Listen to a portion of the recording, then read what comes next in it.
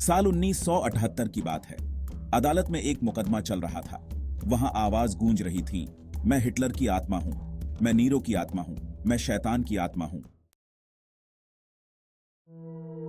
यह आवाज एक टेप रिकॉर्डर से आ रही थी, एक एलडी डाकी की आवाज जो पहले ही मर चुकी थी। अब बस फैसला होना बाकी था। फैसला इस बात का कि लडे डाकी की मौत का दोषी कौन है। वो आत्माएं जिनका वो दावा कर रही थी कि उसके अंदर हैं, या वे मां बाप जो उसे तथाकथित नर्क में जाने से बचाना चाहते थे। ऊपर दी गई तस्वीरों को देखे। ये एनालीज माइकल की तस्वीरें हैं। दोनों तस्वीरों के बीच कुछ ही सालों का अंतर है। इन सालों में एनालीज ने भयंकर यातनाएं सही। उसे रस्सियों से बांध कर रखा गया। उसके साथ 67 बार वो क्रियाएं की गईं जिसे अंग्रेजी में एक्सोर्सिज्म कहते हैं, यानी भूत प्रेत भगाने की रस्में। उसने खाना पीना छौड़ीडेच दिया। ये सब सहते हुए मात्र 23 साल की उम्र में उसकी मौत हो गई। मौत के वक्त उसका वजन मात्र 30 किलो था। अब सुनिए सबसे चौंकाने वाली बात। यह सब एनालिस की अपनी मर्जी से हुआ था। वो खुद अपने मां बाप से यह सब करने को कहती थी। क्यों? इस सब की शुरुआत कुछ 15 साल पहले हुई थी, जब एनालिस ने पहली बार होश संभाला था। उसके माता पिता गहरे धार्मिक थे। एनालिस हर हफ्ते चर्च जाती और बाइबल का पाठ करती। यहां तक कि उसने लैटिन भाषा भी सीख ली ताकि वो बाइबल के लैटिन सूत्रों को पढ़ सके। 16 साल के उम्र तक सब कुछ ठीक रहा। एनालिस स्कूल गई और बाद में उसने कॉलेज भी ज्वाइन किया। फिर साल 1968 में एक रोज एनालिस के साथ कुछ अजीब घटना हुई। एक रात जब वो सोई थी, अचानक उसे महसूस हुआ कि कोई उसके सीने में बैठा हुआ है। एनालिस बहुत डर गई, लेकिन उसके मां बाप ने इसे एक बार की बात मानकर टाल दिया। ठीक साल भर बाद एक रात फिर से एनालिस को लगा कि कोई उसे दबा रहा है। अब की बार उसके मां बाप उसे डॉक्टर के पास ले गए। डॉक्टर ने कई टेस्ट किए, लेकिन उन्हें कोई दिक्कत नजर नहीं आई। उन्होंने इसे डर का दौरा मानकर उसे घर भेज दिया।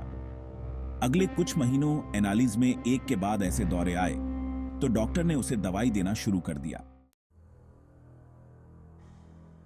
कई साल तक दवाइयां चली, लेकिन एनालिस की हालत में कोई सुधार ना आया।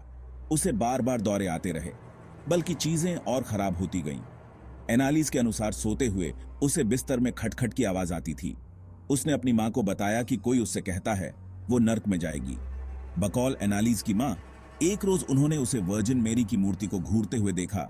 जब वो पलटी तो एनालिस की मां के अनुसार उसकी आंखें एकदम काली थीं। वो मकड़ियां खाने लगी। अंत में उसके मां बाप ने एक रोज तय किया कि वो उसे एक पादरी के पास ले जाएंगे। पादरी ने एनालिस से मिलकर फैसला सुनाया कि उस पर शैतान का साया है। उन्होंने चर्च से एक्सोर्सिज्म की परमिशन मांगी, लेकिन चर्च ने इनकार कर दिया। दरअसल 1973 में एक फिल्म आई थी, द एक्सोर्सिस्ट नाम की, जो खूब हिट हुई थी। तब से चर्च के पास ऐसे मामलों बढ़ते जा रहे थे जिनमें लोग एक्सोर्सिज्म की मांग करते थे। अधिकतर केसों में चर्च इनकार कर देता था, और ऐसा ही उन्होंने एनालिस के साथ भी किया। एनालिस के माता पिता ने कैथोलिक चर्च के बिशप जोसेफ स्ट्रैंगल से मुलाकात की और अंत में उन्हें एक्सोर्सिज्म के लिए मना लिया। बिशप जोसेफ स्ट्रैंगल ने एक और पादरी आर्नोल्ड रेंज को एक्सोर्सिज्म की जिम्मेदारी सौंपी। यहां से शुरू हुआ यातनाओं का एक लंबा दौर, जिसमें एनालिस के ऊपर 67 बार एक्सोर्सिज्म किया गया। इस दौरान वो अजीब सी गुर्राती हुई आवाज में लैटिन में बोलती थी। उसकी सारी बातें रिकॉर्ड की गई। इनमें वो खुद को हिटलर की आत्मा बता रही थी। रोमन सम्राट नीरो और शैतान की आत्मा भी अपने अंदर होने की बात उसने कही। उसके अनुसार वे सब उसकी आत्मा को नर्क में ले जाने के लिए आए थे। आत्मा का तो पता नहीं, लेकिन इस चक्कर में एनालिस का जीवन सचमुच का नर्क बन गया। पादरी से मिलने के बाद उसने दवाइयां खाना छोड़ दिया, जिससे उसकी हालत और बिगड़ती गई। जून 1976 तक उसका चेहरा धंस चुका था। बाकी शरीर बस हड्डियों का कंकाल लगने लगा था। इसके बावजूद उसने डॉक्टर के पास जाने से इनकार कर दिया। 30 जून 1976 को उसके साथ आखिरी बार एक्सोर्सिज्म किया गया। अगली सुबह जब उसके माता पिता कमरे में गए तो उसकी मौत हो चुकी थी। डॉक्टरों ने उसकी मौत का कारण भुखमरी बताया। हालांकि कहानी यहीं खत्म न हुई। एनालिस की मौत के बाद पुलिस ने उसके माता पिता और पादरियों पर गैर इरादतन हत्या का केस दर्ज किया। मामला अदालत तक पहुंचा। जहां बचाव पक्ष ने दलील दी कि सब कुछ एनालिस के मर्जी से किया गया था और इस दौरान वो बालिग थी, इसलिए दवा या इलाज करना न कराना उसका ही कू था।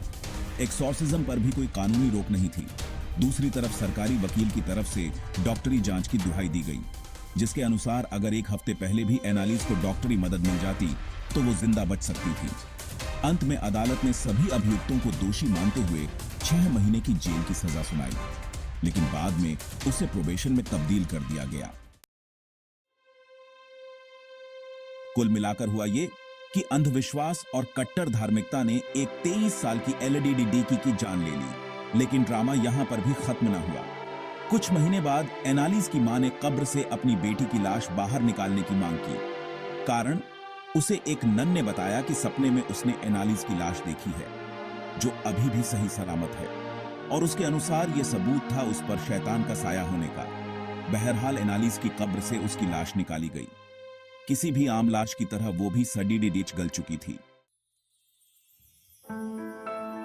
एनालिस की कहानी इतनी मशहूर हुई कि आगे जाकर उस पर फिल्म भी बनी। 2005 में आई एक्सॉर्सिज्म ऑन ऑफ एमिली रोज की कहानी एनालिस पर ही आधारित थी।